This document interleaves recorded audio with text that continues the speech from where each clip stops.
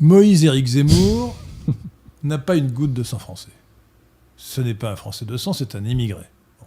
Moi, jamais je ne voterai pour la plus haute charge de l'État pour quelqu'un qui n'est pas français. Bon. Il n'est pas français de sang. Bon. Deuxièmement, nous l'avons démontré dans 2 articles qui sont sur notre site lesquin.fr, Zemmour est un imposteur. Le mensonge est sa seconde nature. Les gens croient, ils vous disent, mais qu'est-ce qui prouve qu'il ment? Moi, je vous dis, qu'est-ce qui prouve qu'il dit la vérité? Bon. Faut pas faire de procès d'intention. Présomption de mensonge. Je fais un procès d'intention, un procès de constatation dans 2 articles. Je démontre que Moïse n'aime pas la France et qu'il la méprise. Et je l'explique de la manière suivante. Il est constitutionnellement incapable d'avoir le sens de la grandeur. Donc il est incapable de comprendre la grandeur de la France. Voilà. Il suffit de lire. Misère, comment s'appelle son livre? Misère. Je me souviens plus. Misère française ou misère de la France, quelque chose comme ça. Mélancolie française. Mélancolie française. Sa thèse absolument insupportable qu'un immigré vous dise pendant. Enfin, dans un livre qu'il a signé, parce que bien entendu, il n'en est pas l'auteur. Il faut savoir Non, je pense qu'il est l'auteur. Je pense qu'il est l'auteur de Mélancolie française. Non, mais attendez. Zemmour a une collection de nègres, vous rigolez quoi? Non mais attendez, qu'il ait donné l'aspiration générale, je veux bien, mais enfin bon, c'est pas du tout un historien, donc bon.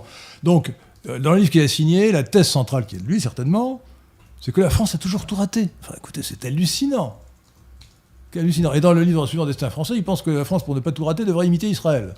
Voilà la thèse. Ouais, est-ce qu'il est aussi réducteur que ça? Moi, je l'ai pas lu le bouquin, donc je me prononce pas. Mais c'est réducteur. Je vous résume le livre. La thèse de Mélancolie française, c'est que la France a toujours tout raté. Elle voulait être un empire, elle n'était qu'une nation. Parce qu'en plus, il est contre la nation et pour l'empire. Hein. Zemmour... Après, il a évolué peut-être, non, là-dessus Écoute, non, il n'a pas évolué. Il n'a pas du tout évolué. Zemmour est admirateur de Robespierre. Est-ce que vous saviez ça? Non, je ne sais pas ça, non. Ouais, il y avait tout un article de Figaro pour dire l'admiration qu'il avait pour Robespierre. Bon. Il trouve très, très bien qu'on ait condamné à mort et exécuté Marie-Antoinette. Ça, il le dit dans Mélancolie française. Ça ne doit pas vous plaire, ça. Non, ça ne me plaît pas. Non, ça, c'est Zemmour. Bon. Donc, ce type est un imposteur pur et simple qui vous vend du patriotisme comme il vous vendrait des bretelles. Moi, des cravates. Je mets à son crédit d'avoir défendu Pétain quand même. Et sur Dreyfus, il commence à bouger. Ah non, mais il commence à bouger. Il a défendu Pétain parce que ça fait partie de son logiciel et de son fonds de commerce. Il a défendu Pétain justement pour que des gens comme vous le croient. Vous savez ce que c'est qu'un gogoï? Ah bah, j'en suis un, sans doute, c'est ça. Là, vous tangentez.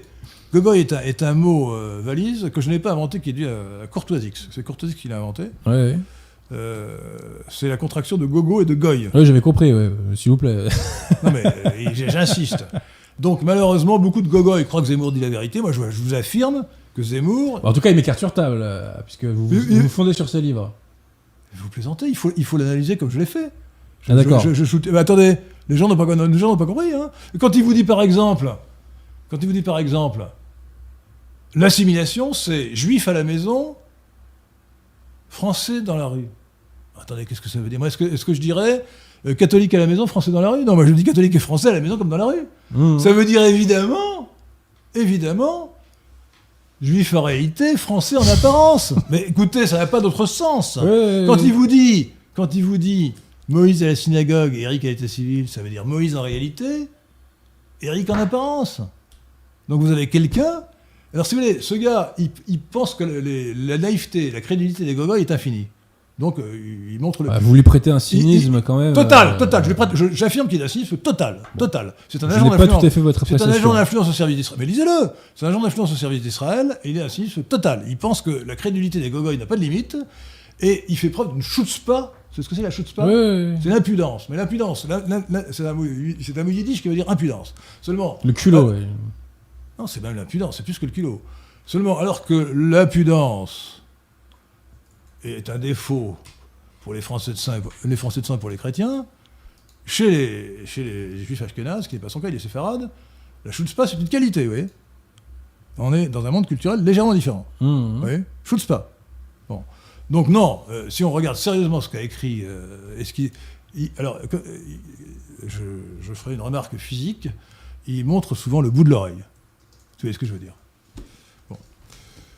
Voilà sur Zemmour. Donc jamais je ne voterai pour Zemmour. Zemmour est là pour vendre sa soupe. Et non, il ne faut pas croire un seul instant qu'il... Non, alors Zemmour est d'extrême droite l'extrême droite israélienne. Donc lorsqu'il énonce des propos d'extrême droite anti-musulmans, évidemment, il est sincère. Il n'a pas besoin de forcer son talent. Et lorsque mon ami, feu François-Georges Dreyfus, qui était juif d'origine, Oui, je connais. mais converti au christianisme, alors pas le vôtre, pas le mien, Oui. luthéranisme, défendait Pétain, il disait, c'est Pétain qui m'a sauvé la vie. Lui, il était sincère. Quand Zemmour le dit, c'est parce que ça fait partie de sa stratégie commerciale visant... Je ne lui prête pas autant de cynisme que vous, mais bon.